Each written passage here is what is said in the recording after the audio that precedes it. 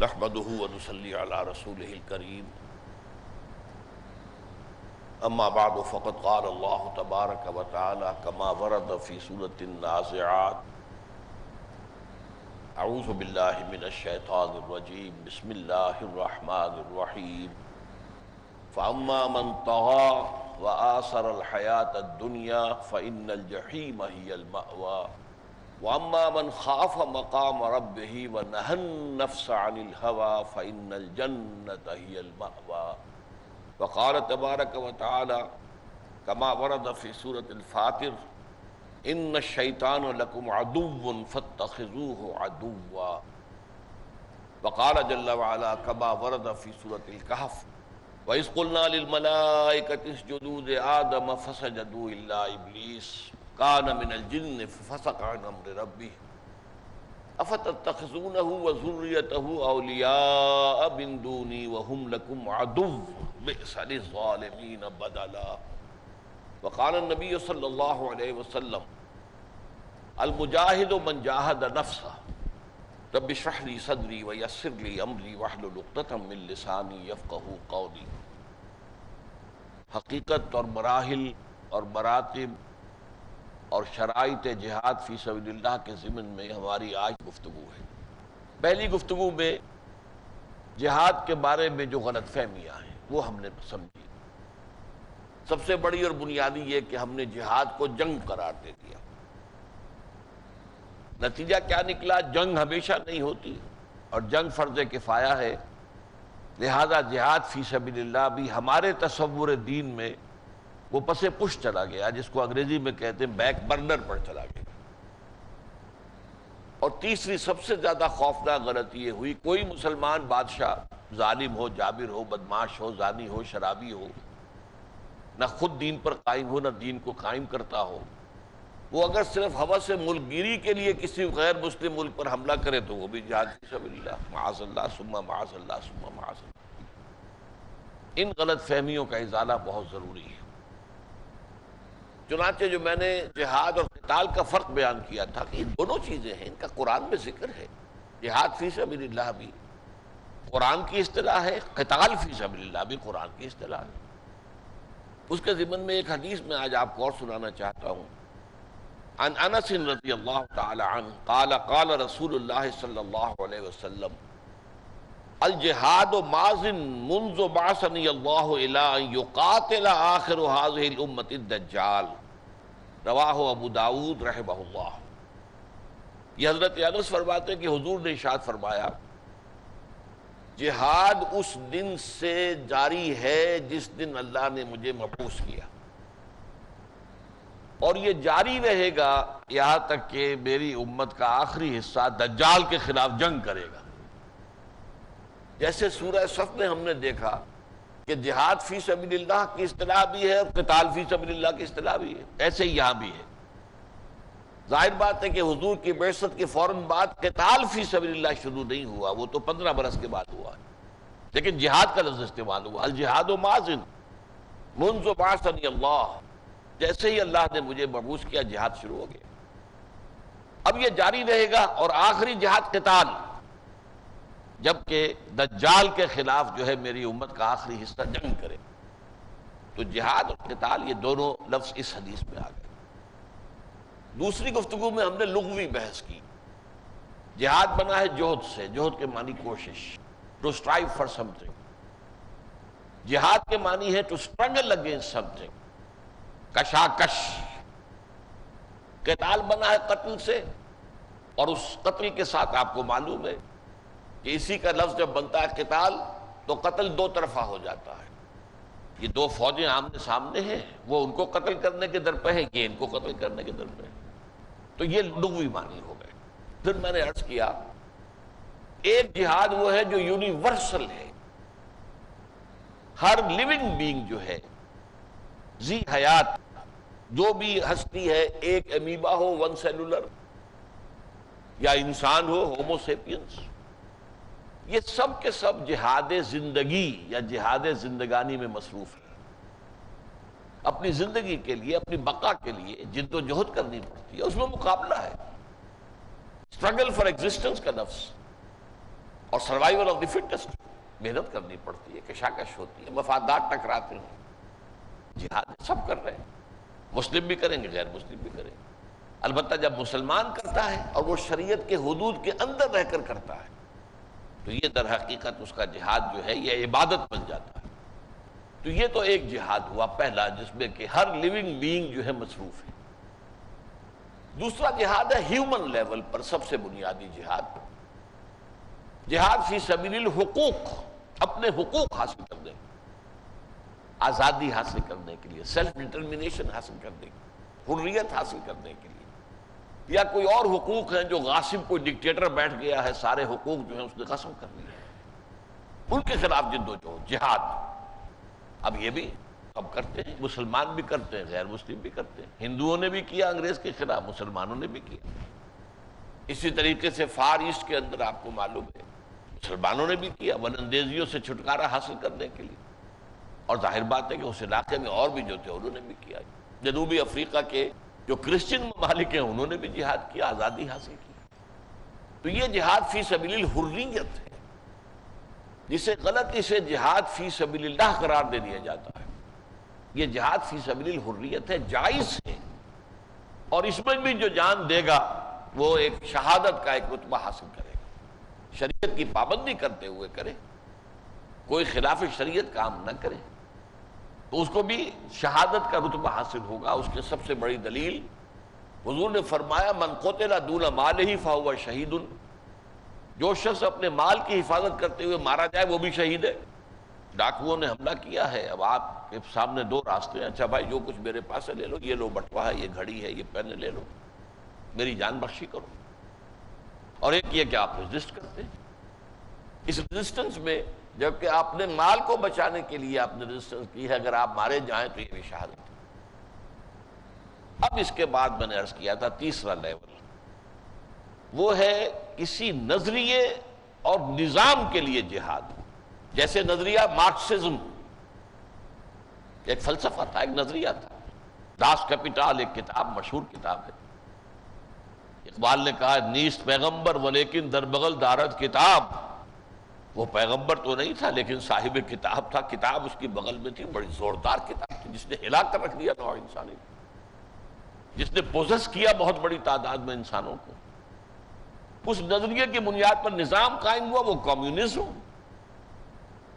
تو نظریے اور نظام کی بنیاد پر جہاد، یہ ہیومن لیول پر ہائیسٹ لیول کا جہاد ہے۔ اسی میں اب آئے گا فی سبیل اللہ جہاد، اس میں یہ کہ اللہ پر یقین اور ایمان، اس کا جہاد، اور اللہ کے دین کو قائم کرنے کی جد و جہد کا جہاد۔ ایمان ہمارا نظریہ ہے، ہمارا فلسفہ ہے، ہماری بنیاد ہے، اور اسلام کا نظام، دین حق، یہ اس نظریے کے اوپر مبنی نظام ہے۔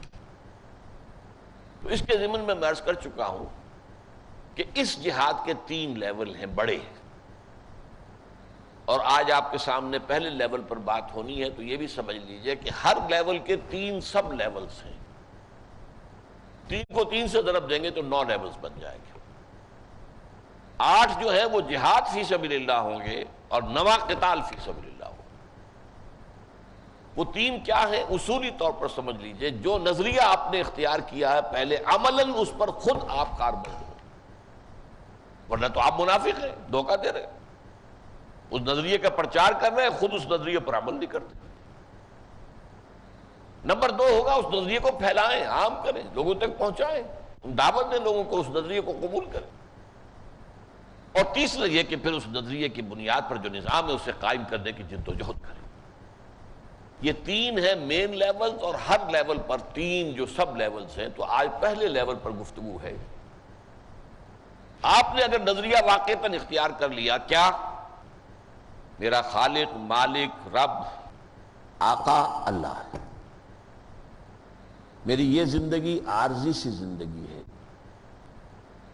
اصل تو زندگی آخرت کی زندگی ہے، اور اللہ کے رسول جو آتے رہے ہیں وہ اس لیے آئے کہ ان کی اطاعت کی جائے۔ وَمَا أَرْسَلْنَا مِن رَّسُولٍ إِلَّا لِيُطَاعَ بِإِذْنِ اللَّهِ، یہ نظریہ ہے، لا الہ الا اللہ محمد رسول اللہ، اللہ کے سوا کوئی معبود نہیں، کوئی حاکم نہیں، آقا نہیں، اور محمد صلی اللہ علیہ وسلم اللہ کے نمائندے ہیں.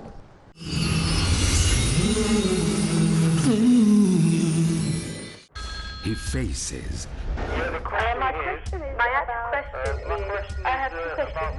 He listens. My question is about the beard, about Imam Mahdi. What other people believe in. He answers. So number one is the help of Allah.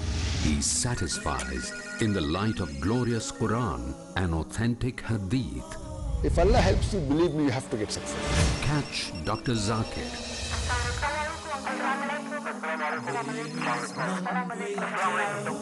Then we have the next call, please. To get convincing and valid answers in Dial Dr. Zakir. ہر جمعہ رات 8 بجے اور دوبارہ صبح 10 بجے India میں پیس T V Urdu پر.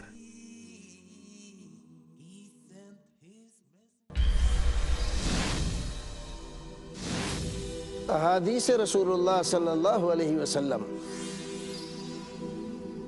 اسلام کی پاکیزہ تعلیمات کا سرچشمہ ہے.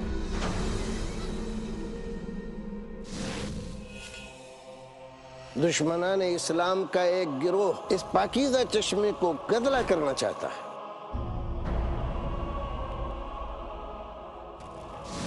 اس باطل گروہ کی نقاب کشائی کے لیے دیکھیے ہمارا پروگرام انکار حدیث ایک باطل تحریک شیخ رضا اللہ عبدالکریم مدنی کے ساتھ صرف پیس ٹی وی اردو پر. اللہم صلی علی محمد اللہم بارک علی محمد. جانیے کیا ہوگا ان کا انجام جو کر رہے ہیں قرآن و حدیث کے معاملات میں اپنی ذاتی رائے کو شریک. انکار حدیث ایک باطل تحریک ہر بدھ رات 11:30 بجے اور دوبارہ دوپہر 12:30 بجے انڈیا میں پیس ٹی وی اردو پر.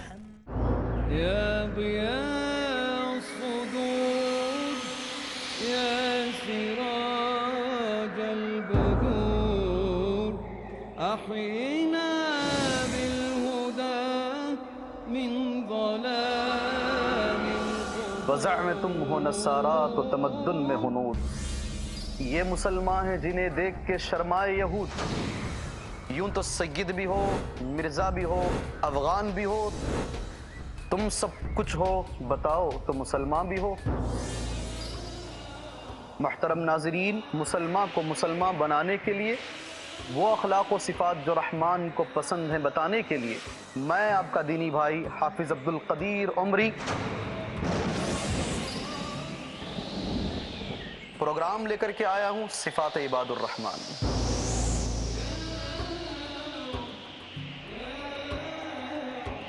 دنیاوی غفلت سے بیداری کے لیے ضروری ہے کہ ہر مسلمان پرکھے شریعت کی کسوٹی پر اپنا ایمان.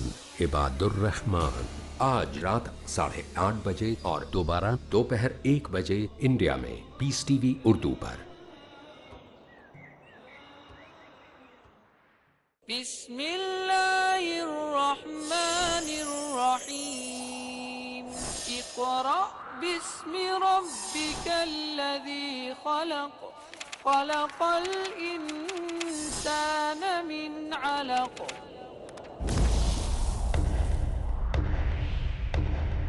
کیا ہے اللہ کا کلام کیا ہے بندوں کے لیے پیغام کیا ہے مقصد حیات سمجھیے وضاحت کے ساتھ تاکہ نجات ملے تاریکیوں سے نور پھوٹے زندگیوں سے.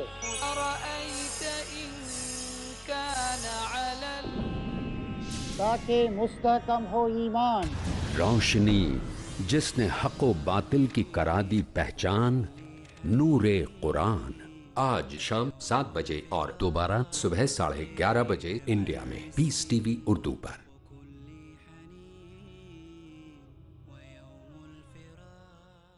شرک سے مکمل اجتناب کی تلقین برائیوں سے کنارہ کشی کا حکم صراط مستقیم پر گامزن رہنے کی ہدایت.